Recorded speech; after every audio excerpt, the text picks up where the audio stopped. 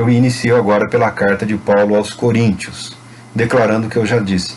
Deus não abandona ninguém, Deus não despreza ninguém. Mesmo havendo excessos, erro, falha ou pecado, há um caminho correto a ser seguido, orientado pela palavra de Deus. Olha como Paulo se apresentou à igreja de Deus que está em Corinto. Ele não escreveu aos que frequentam, vocês aí, vocês outros. Não, ele foi taxativo, estendendo a mão àquela igreja, permitindo-se, como apóstolo de Cristo, a ser instrumento de Cristo para a edificação da igreja. Para o apóstolo Paulo aqui, nada, nunca, não tem causa perdida. Há sempre esperança e ele tem a coragem de investir, de doar de si em função daquilo que ele acredita, né? Se desgastar em prol do Evangelho. Paulo fala: sempre dou graças a Deus por vocês, pela graça de Deus que vos foi concedida por Ele em Cristo Jesus. Pois em tudo fostes enriquecidos nele, em toda palavra e em todo conhecimento, porquanto o testemunho de Cristo foi confirmado em vós, de maneira que não lhes falta nenhum dom espiritual, enquanto aguardais a revelação de nosso Senhor Jesus Cristo. Paulo fala até de uma confirmação. Se existiram homens sobre a face da terra que tinham poder e autoridade para legitimar uma igreja, foram os apóstolos de Jesus Cristo. Tá? Essa é a minha convicção. Como já deixei claro, não reconheço apóstolos atualmente. Não reconheço. Pessoas usam o título, fique à vontade. Eu só tenho essa obrigação de deixar claro que eu não reconheço. Tá? Porque não vejo na palavra de Deus espaço para isso. Tá? Se eles se apresentam como apóstolos, deveria ser obrigação da igreja testá-los, como fizeram com os apóstolos de Cristo. Devia ser obrigação da igreja, não porque achar bonito o líder se auto-intitular apóstolo, mas deviam testá-lo, para ver se ele pode se apresentar como tal. E há testes na Bíblia, na palavra de Deus. Mas estamos falando aqui dos apóstolos que nós reconhecemos como apóstolos, como colunas. Depois deles serem identificados como colunas, Cristo é o firme fundamento, os apóstolos são colunas, nós somos pedras vivas nesse edifício espiritual. Tá? E não fala que vai estabelecer novas colunas, e que depois deles viriam outros.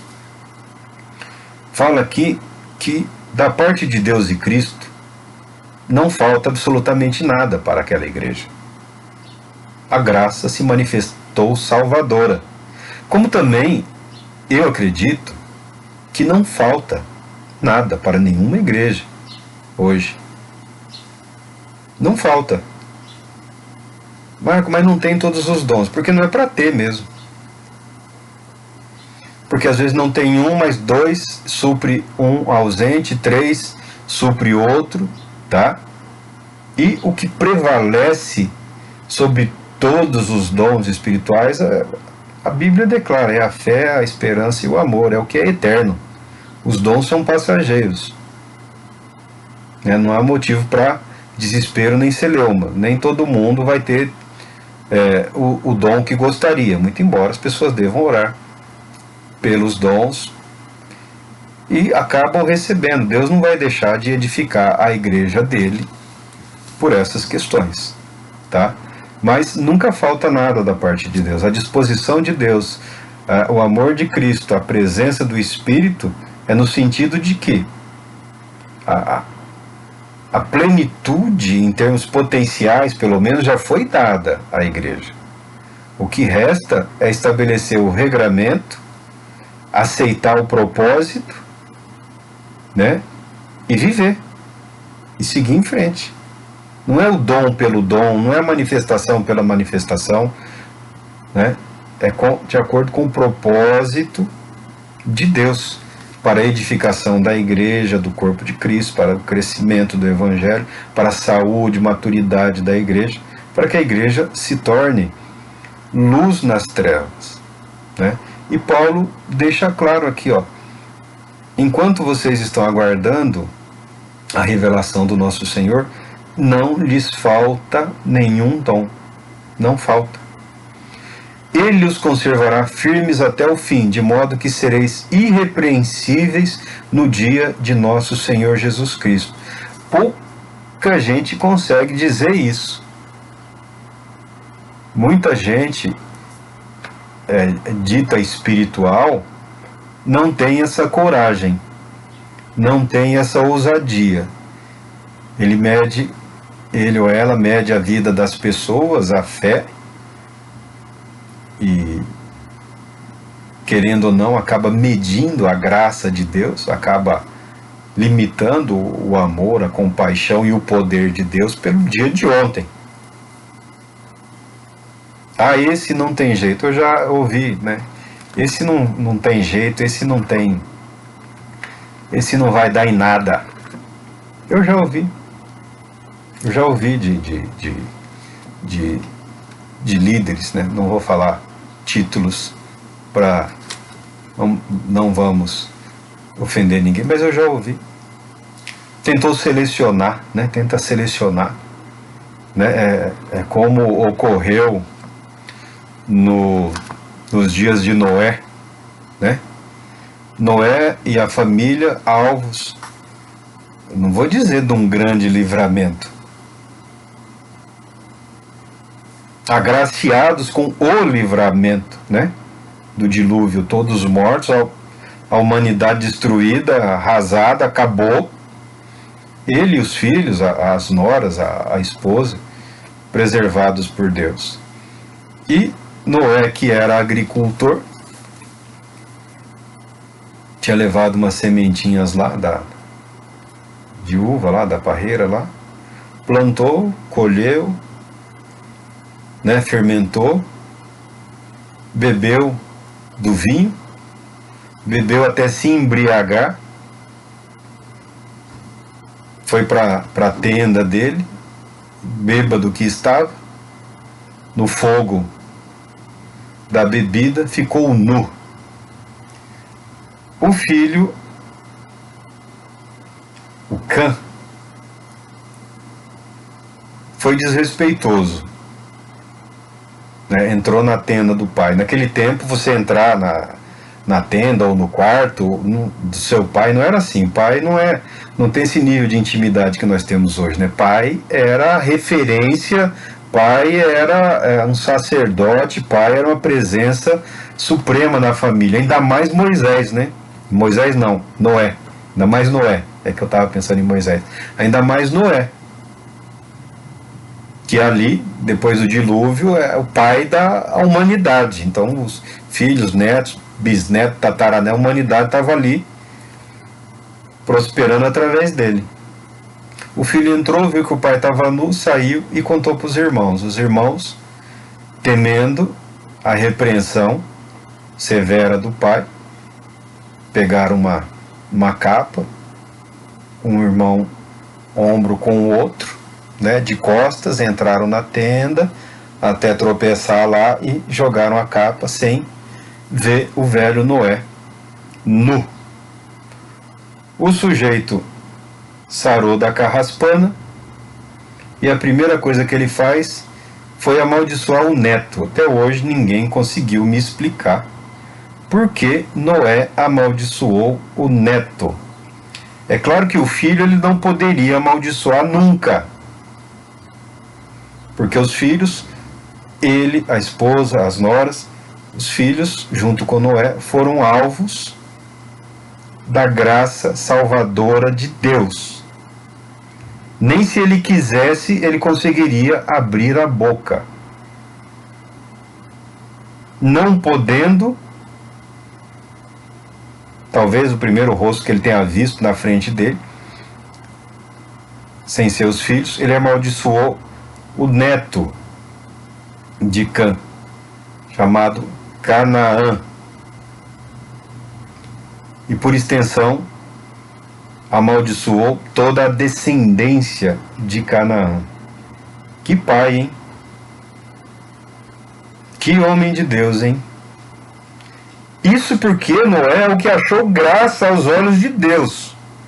Para pensar no restante que foi destruído.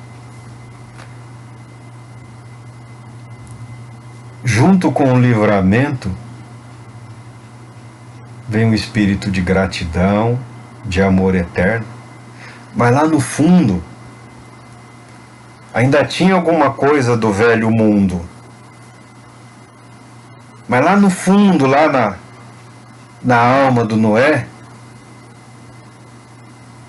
tinha uma saudade, tinha um quê com o velho mundo? Tinha sim. Porque ele bebeu, não estou nem preocupado que ele bebeu. Não interessa que ele se embriagou. Porque ele amaldiçoou. E não venha me dizer que foi profético isso daí, que eu entendo que não foi. Porque é algo inerente à natureza humana. Estes que me beneficiaram, mas já eram abençoados por Deus, não eram abençoados por Noé. Agora, mesmo aquele que também foi alvo da graça, da misericórdia, do amor de Deus, ele não pôde amaldiçoar, mas amaldiçoou o neto, amaldiçoou o próximo lá. E não pensa você que é só uma questão de palavras. Isso implica numa exclusão permanente da presença. Isso significa uma exclusão das bênçãos. Isso significava uma exclusão da presença na mesa, na ceia. Consciente, deliberadamente, ele escolheu um grupo para não estar com ele. Porque o que foi preservado em vida também era preservador da fé, do conhecimento, da consciência. Amaldiçoando, ele excluiu aquele grupo do que havia de melhor nele e que ele tinha a obrigação de transmitir aos filhos, netos, bisnetos. Não é só uma questão de estar lá fazer o ofício. É a comunhão, é o ato. É o declarar: nós somos e fomos agraciados pelo mesmo Deus e Pai. A oração do Pai Nosso, que muita gente não gosta, ela não tem eu. Já parou para pensar? Quando Jesus traça as diretrizes para a oração dos apóstolos, para a oração comunitária, não tem eu. Meu Deus, eu estou aqui. Não. É Pai Nosso, nosso Pai. Ele disse para Canaã praticamente: você não tem parte com Deus. E no que dependia de Noé, nós vemos a história que deu no que deu. Algumas Bíblias têm alguns comentários indecorosos, alguns comentários até absurdos em relação a esse evento lá da vida de Noé. Eu devo te dizer que esses comentários são decorrentes de alguns comentários ou estudos que os judeus têm. Os estudiosos da Bíblia, eles fazem alguns comentários. E tem um especificamente, que eu não vou citar porque é uma grosseria, que não deveria ser citado, que eu não sei porquê também, na margem de rodapé da Bíblia hebraica, eles mantêm isso. Um rabino fez um comentário lá. Mas o importante você saber é que na linguagem dos rabinos, desses estudiosos, eles usam de figuras. Alguns comentários não são para ser interpretados literalmente, não deveriam ser nem pronunciados. Eles têm o objetivo de criar espaço na mente, né? Como que limpar a casa, né? de tirar os obstáculos para permitir o fluxo de uma ideia, de um conceito. Então pegaram a pior ideia possível e e eu não sei porque eles também colocam lá, isso também chegou a muitos cristãos. Não caia nessa, não vai nisso daí não, tá? São homens sábios, são inteligentes. E o poder da literatura de sabedoria é desmascarar a nossa estupidez. Então aquele que é sempre apressado, acelerado em tomar como verdade absoluta um comentário específico, ele está se expondo ao ridículo, né? Ele está se expondo a zombar de tudo que diz na palavra de Deus. Absurdo, é imperceptível, tá? Mas como foi nos dias de Noé, como foi na vida de Noé, é na vida de muitos hoje. O sujeito acredita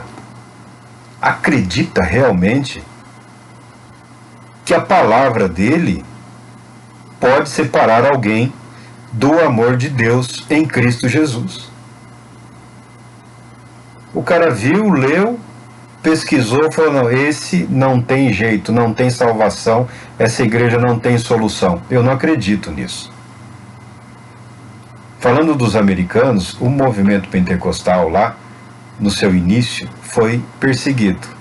Foi perseguido pelas autoridades públicas, pelas autoridades, por conta da legislação. Mas o que muitas pessoas não falam é que o movimento, quando surgiu, quando explodiu numa determinada região lá, né, o movimento pentecostal, ele envolvia pessoas, lá eles não gostam que fala negro, né? Lá eles preferem que se fale preto. Aqui você fala preto, você vai para a cadeia. Envolvia negros, brancos, latinos, né? Envolvia pessoas de todas as origens, de todas as etnias. Num momento em que a legislação americana proibia que pessoas de cores diferentes, de raças diferentes, ocupassem o mesmo espaço, tá? A perseguição não foi por uma questão doutrinária, foi por uma questão, era a legislação, ó que ponto, a legislação sanitária, porque achavam que não era saudável misturar, deixar no mesmo lugar as pessoas de cores diferentes. Havia ideias preconceituosas, como ainda hoje há, mas naquele tempo o preconceito estava na lei. Então podia-se chamar a polícia e dispersar a reunião. Tanto que lá, o que aconteceu por conta disso? O movimento ele não acabou, foi exatamente o oposto. Aquelas pessoas que se reuniam em alguns lugares específicos para experimentarem, para vivenciarem uma renovação espiritual, um avivamento, um despertar espiritual na vida deles. Raças diferentes, eu não acredito em raças diferentes, eu acredito que a humanidade é uma só raça, mas para facilitar, etnias diferentes, grupos diferentes, brancos, pretos, vermelhos, amarelos, latinos, foram separados. E essa separação também proporcionou um avivamento em outras áreas. Você pode ficar chocado, mas eu não. Algumas igrejas que estão hoje aí no Brasil e no mundo são decorrentes de um avivamento espiritual na comunidade branca americana, tá? É claro que nem todos são racistas, a maioria não é. Mas as leis existiam e as pessoas, um bom cidadão, seguia as leis. Mas Deus não, é o que eu falo, Deus não abandonou a igreja, apesar das dificuldades da igreja. Deus não deixou de abençoar, apesar das limitações da igreja. E o apóstolo Paulo já falava isso há muito tempo. Já falava isso há muito tempo. Porque quando a igreja aqui, que está crescendo, está se expandindo, ao mesmo tempo que o inimigo, os adversários tentam contaminá-la, tentam calar a igreja, tentam influenciar, ela vai se descobrindo em sua identidade. porque era uma época de escravidão também. E às vezes o irmão não se sentia bem estar na mesma casa que um escravo. Participar da mesma mesa, tá? Todas essas questões que nós vemos hoje, inerentes à superficialidade e à limitação nossa, do nosso mundo, do nosso ambiente, da nossa consciência, isso sempre existiu, isso sempre teve. Para o apóstolo, nada disso era obstáculo. As limitações que ele encontrou na igreja de Coríntios, ele as enfrentou pelo olhar de Deus. Olha a diferença. Se tem uma coisa nesse dom que é o apóstolo, eu não acredito em dom de apóstolo. Eu acredito que o apóstolo é o dom. Paulo, Deus fez dele um dom para a igreja. Ele, da limitação que ele tinha como religioso judeu, do sectarismo que ele tinha, da aversão que ele tinha ao que não era judeu, ao que não era a tradição, ao que não era farisaísmo, ele foi levado a ser o maior pregador do evangelho aos não-judeus. Você imagina o nível, a profundidade, a dimensão da transformação realizada na vida desse homem, na sua concepção de humanidade, na sua concepção de ser humano, na sua visão do que é a humanidade. Quando ele fala que Deus colocou todos debaixo do pecado para usar de misericórdia para com todos, realmente ele passou a enxergar a humanidade como uma só, carente da graça de Deus, uma só, caída no pecado, uma só, humilhada pelo diabo, uma só, necessitada do amor de Deus. E ele se propôs a quê? A levar isso adiante, a se apresentar para as igrejas, a se oferecer para as igrejas. Sabemos que desde aquele tempo já começaram a surgir aí os chamados líderes acima de todos e de todos, né? Teve gente que se recusou a receber o apóstolo Paulo. Teve igreja cujo líder se recusou a receber os missionários enviados pelo apóstolo Paulo. Olha que ousadia, olha a arrogância desses homens. A única coisa que nós sabemos é o nome de alguns poucos, de um especificamente, e mais nada. E do apóstolo Paulo? Então nós temos muitos obstáculos a serem enfrentados nos dias de hoje. Eu só não vejo neles um impedimento para a manifestação do amor de Deus. Eu não vejo impedimento para a aceitação do Evangelho de Cristo Jesus e ser aceito por Ele e aceitá-lo. Paulo, a saber da situação que havia em Corinto, ele continua escrevendo, e de forma educada e bastante elegante. Veja como ele raramente se impõe. Quando ele se apresenta mais ousadamente como apóstolo, ele está contendendo, ele está confrontando os falsos mestres, os falsos apóstolos, as pessoas que o acusavam de ser uma fraude. Então ele fazia lembrar para aquele grupo, ou para aquela igreja, ou para aquelas pessoas, o que Jesus Cristo tinha realizado e continuava realizando através da vida dele. Qual tinha sido a conduta dele, o comportamento dele e os ensinamentos dele. Porque é fácil, é sempre mais fácil apontar os erros. É mais fácil dizer, você olha aí na sua experiência de alguém que viveu 60 anos, grande coisa. Ou, nos dias passados lá, vivia-se muito. A nossa perspectiva de humanidade e do agir de Deus mal contempla um século. Não é? Daqueles que nasceram e cresceram integrando o corpo de Cristo 70 anos. E Eu acredito que coisas maravilhosas foram vistas, experiências maravilhosas foram vividas, mas nada se compara ao que ocorria na vida do apóstolo e ao que pode realmente ocorrer diante de um avivamento que não tente beneficiar a cor da pele, de um avivamento que não esteja preocupado com a condição social do indivíduo, do avivamento que não se limita ao estado moral daquela pessoa nesse momento.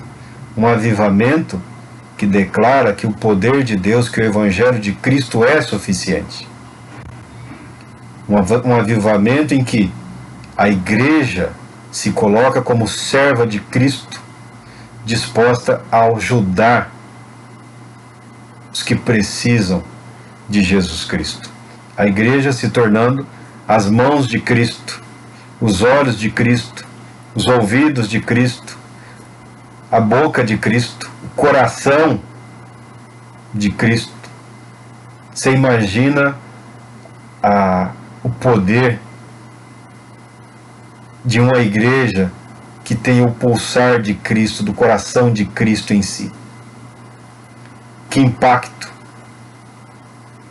isso acarretará na vida das pessoas que precisam de Cristo, não precisam de nós, não precisam da nossa opinião, não precisam do nosso estatuto, não precisam da nossa declaração de fé, não precisam de longas orações, não precisam de explicações.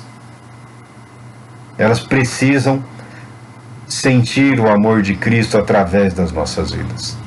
Isso só é possível, só será possível quando nós nos colocarmos verdadeiramente como servos de Cristo. Servo, servo, servo. O apóstolo Paulo nunca colocou o seu apostolado como uma hierarquia. Aliás, nenhum dos apóstolos. Na verdade, era uma responsabilidade. O apostolado deles era um calvário, era cada um carregando a sua cruz. Porque eles sabiam o fim que teriam. Sabiam as dores que passariam. Sabiam das traições.